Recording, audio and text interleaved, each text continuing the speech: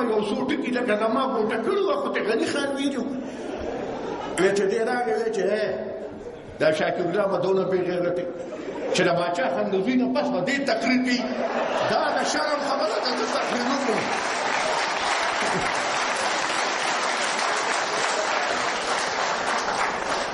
نو ما ته همدغه مسله ده چې کومې نقطې مې ځان نه راغونډې کړې وې اول په ستاسو سیکرټري صاحب راغی او هر یو کس به یې زه څه نه ویم هر یو به یې زه څه نه ویم خبره به یې پوره کوله ما د قصده په دې طریقه دا تقریر ځکه شروع کړ چې حقیقتا د اخریني دوو شاعرانو زم ډېر سخت بېسوره کړي وم او تاسو یې هم ډېر سخت بېسوره کړي وی او ځکه مې دا ووایي چې دونه ورته ووایم چې اوس هم په هغه پښتنه خاوره کې داسې خلک شته چې په دې حالاتو کې مغي خاندي او په دې حالاتو کې مغي خوشحاله وي زه ولې خفه شم بنیادي خبره خو دغه ده زه خو هر چا ته وایم بلا خوف تردید وایم که د چا په پلار کې ایماني تردید یې وکړي بې د عوامي نیشنل پارټۍ نه په پاکستان کې یوې پارټۍ سره سیاسي پروګرام شته نه سیاسي پروګرام یوازې تاسو سره ستاسو که یا چې ما دلته یو ځل تاسو ته تقریر کوو دننه د درې څلور کاله مخکې تاسو ته مې دا ویلي چې مونږ خوش قسمته یو چې مونږ د خپلو مشرانو منزل هم ښولی دی او هغې منزل ته د رسېدو لارې هم راته ښولی ده خلک اوس لګیا دي څوک ځان له منزل لټوي او څوک ځان له لارې لټوي خو زه نن رښتیا خبره دا ده نن به ځان ته هغه تقریر را مخکې کوی کوم چې ولي خان کړو چې کله د باچا خان بابا مرکز افتتاح کوله تاسو به کتلي چې هغه تقریر کې شروع یې د دې نه وکړه چې پښتنو وې زه نن نصیحت کولو له تاسو له نیم راغلی زه نن تاسو ته وصیت کوم او زما خیال چې په مرکز کې دننه او که بارو که نر او که ښځه وو نو هېڅوک داسې نه پاتې چې د هغې د سترګو نه دې اوښکې نه تلې خو هغې تقریر ته چې نن کوم وصیت ورته ولي خان ویلو او وصیت یې مونږ ته کړو ناسو بېګا له لاړ شئ کښېنئ نېټ ته شته په یوټیوب باندې هغه تقریر وایې نن بیا چې وایې هغې کې لومبي وصیت د ولي خان چېرې زما د خاورې شناخت به وي او که نه وي زما نوم به ما ته میلاویږي او که زما نوم به ما ته نه میلاویږي نن موږ د هغه بچي موږ په چتو سترګو باندې فخر باندې ورته دا ویلي شو چې بابا دغه یو وصیت چې ستا و دا موږ پوره کړه که خیر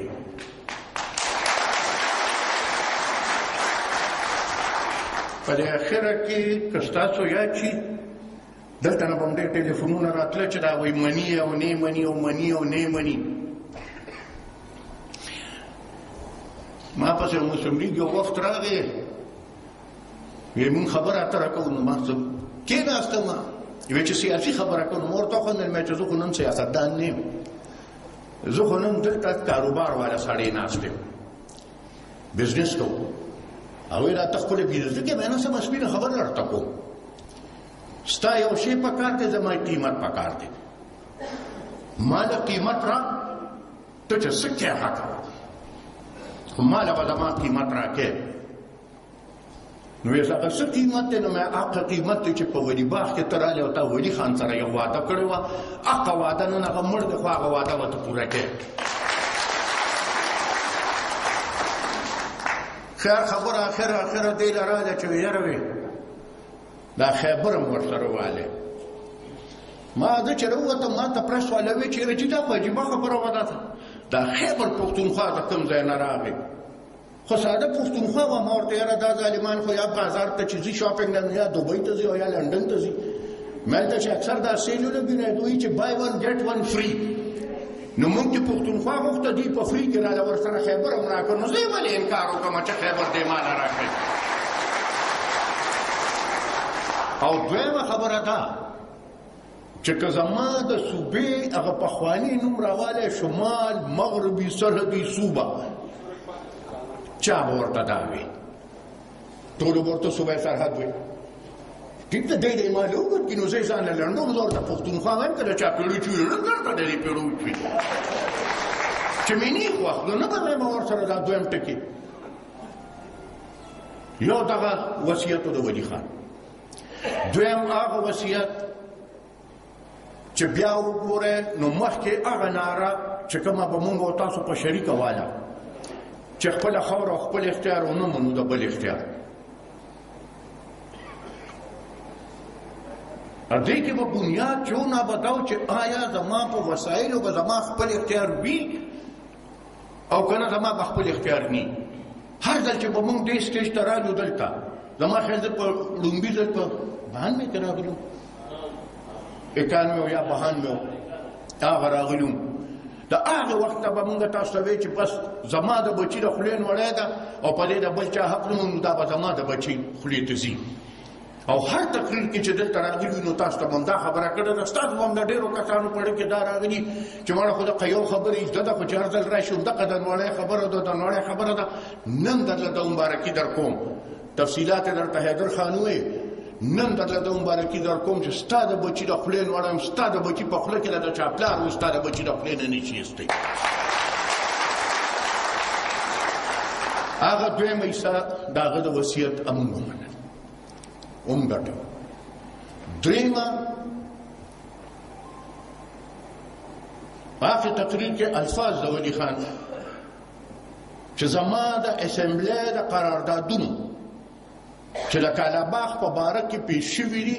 او منظور شوي دي د هغې به حیثیت وي او که هغې به حیثیت نه وي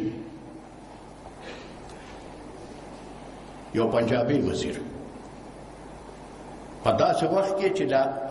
اتلسم ترمیم راغلیم نه دی لا ستا د صوبې پښتونخوا نوم نو او یو پنجابي وزیر په لاهور کې پاسي او په لاهور کې هغه دا وایي چې چونکې د سند او د پښتونخوا خلک کالاباغ نه مني لهذا موږ کالاباغ ختم کړ د دې نه لویه ګټه زما دپاره بله کمه هغه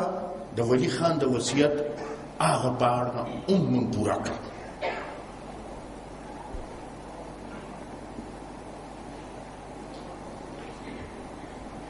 NFC award زه تفصیل ته نه ځم حیدر خان درته خبر وکړه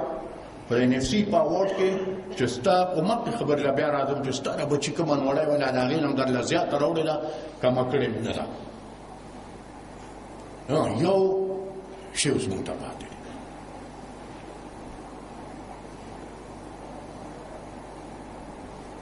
او هغه په خپله خاوره باندې امن راوستلی دی زه یو خواست کوم نن هم یو ملګري دغه خلکو ته طالبان وایي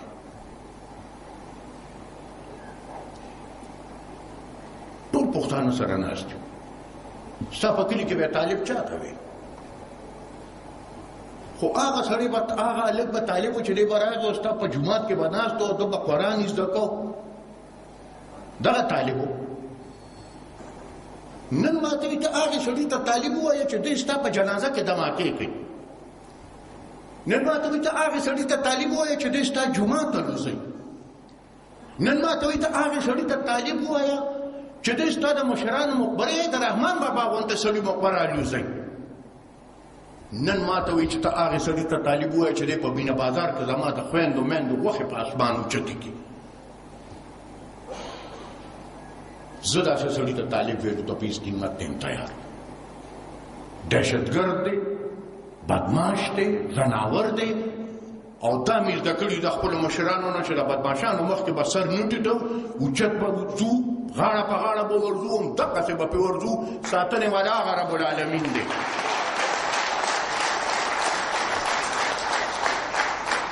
بلکل څنګه چې درته حیدر ووایي یو نقطه به د حیدر نه راغی پاتې شوه ما خبره داسې ده چې هر انسان چې هغه ووایي چې زه د تشدد غندنه کوم هر انسان چې هغه ووایي چې زه د حکومت وقت قانون منم هر هغه انسان چې دی وایي چې زه به په دهشتګردۍ کې حصه نه علم څلورمه ورسره هغه وه چې هر هغه انسان چې هغه ماله دا تسلي راکوي چې زما خاوره به نه په پاکستان دننه او نه د پاکستان نه بهر د چا خلاف استعمالېږي په دهشتګردۍ کې زه تیار یم چې ورسره کښېنم او ورسره خبرې وکړم.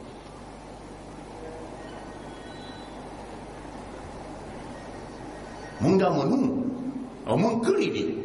نن خلک به وي دي د امریکې په لاره باندې په ایمان وایه تاسو یې وایه چې سوات سره مونږ خبرې کولې د امریکا څونه پکار وه.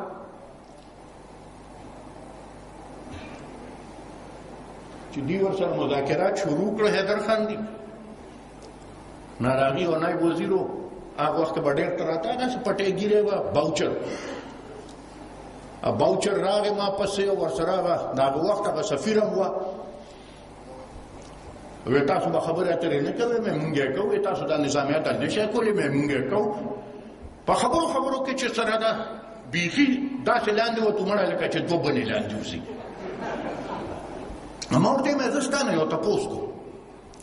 که زه دلته نه جست وخېږم او زه درشم او زه تا ته ووایم په واشنګټن کې چې ته به په نیویارک په دې طریقه حکومت کې او په دې طریقه به نه کې تا ته به زه بېوقوف ښکارم او که به نه ښکارم نو په خندا شو ما ته دا خو ډېر په یو عجیبه طریقه تا ما ته بېوقوف ویل چې نه ما تا ته بېوقوف نه دي ویلې ما خپل ځان یاد کړی خو ما ورته زما خاوره ده زما خلک دی ما پرېږده چې زه په خپله طریقه باندې خپله خاوره را کنټرول کړم خو دا یو سړیتوب یې بیا منم چې کله نظامیه د لوټ شو او کله هغه عوام راپاڅېدل بیا د طالبانو خلاف د واشنګټن نه ما ته ټلیفون وکړ ما ته ویل سنګیار خان زه معافي ستانه غواړم چې په هغه ورځ مې تا سره جنګ کړو ځکه چې نن ما ته ثابته شو چې ته په صحیح لاره وې او موږ په غلطه لاره. نو موږ هغه وخت کې هم دا پروا نه ده کړې چې څوک به خفه کېږي او څوک به خوشحالېږي چې څوک خبرې اترو ته ناست دي موږ ورسره ناست یو موږ ورسره خبرې اترې کړي دي او موږ یې ورسره کوو خو لکه ما چې درته وویل دغه څلور شرطه دي دغه څلور شرطه به اول مني چې یاره پیمانې وایي چې تاسو دلته ناست چې په ورځ کې یو ځل کور سره خبرې نه شوي زړه م تسلي کوي او چې خبرې وکړي نو پیمانې وایي چې د لوی ماشوم د هر یو تپوس کوئ او که نه کوئ چې تر کومه پورې دا حالات دي نو زه چا سره کښېنم ګوره دا نمی افتخار زوی چې شهید شو حیدر خان هم هغه میټینګ کې ناست و ملګري ډېر ګرم و هغه یو ما ته یاره خان بس وی په بل څه نه کېږي ته اعلانې جنګ وکړه نو ما ورته کتل ما ورته چې ته خو عجیبه سړی ما ته دوه کسان وښیه چې دغه دوه ستا دشمنان دي نو زه به اعلانې جنګ وکړم چې هلکه ورځی په دې باندې خو موږ خو په یو داسې جنګ ورغلي یو چې ما دشمن پېژني خو زه خپل دشمن نه پېژنم که ما خپل دشمن پېژندې نو ما سره به یې دغه لوبې خو نه کولې خو بس هغه ذات دی دا زمونږ یو ایم پي او د پېښور علمزیب خدای وبخښي علمزیب ما سره بلکل داسې په دا زما کورسۍ به را سره کورسۍ باندې علمزیب ناست چې کله په ما باندې حمله وشوه او د هغې سړي هغه غوښه او وینې په علمزیب پرېوتې خو دونه زخم پرې رانغی ځکه چې هغه وخت یې نه وه پوره او په دغه ورځ د خپل کوره راووتو چې موټر دروازې له ګوتې وروړې نو لاړ چې کوم ځای پوره کړي بس هلته یې پوره کړي دا نه پټېږي ټیک ده دا منم چې سخته ده زه د عابد صاحب دی په درد هم پوهېږم او د هغې اصل کې دا چلې د شاعر ژبه کې چې کوم خوند یې هغه زمونږ ژبه کې خو نه هغې یې چې راته په خپله ژبه ووایي هغه تاسو ته زیات اپیل کوي په ځای د دې چې مونږ یې درته وایو خو د قومونو پښتون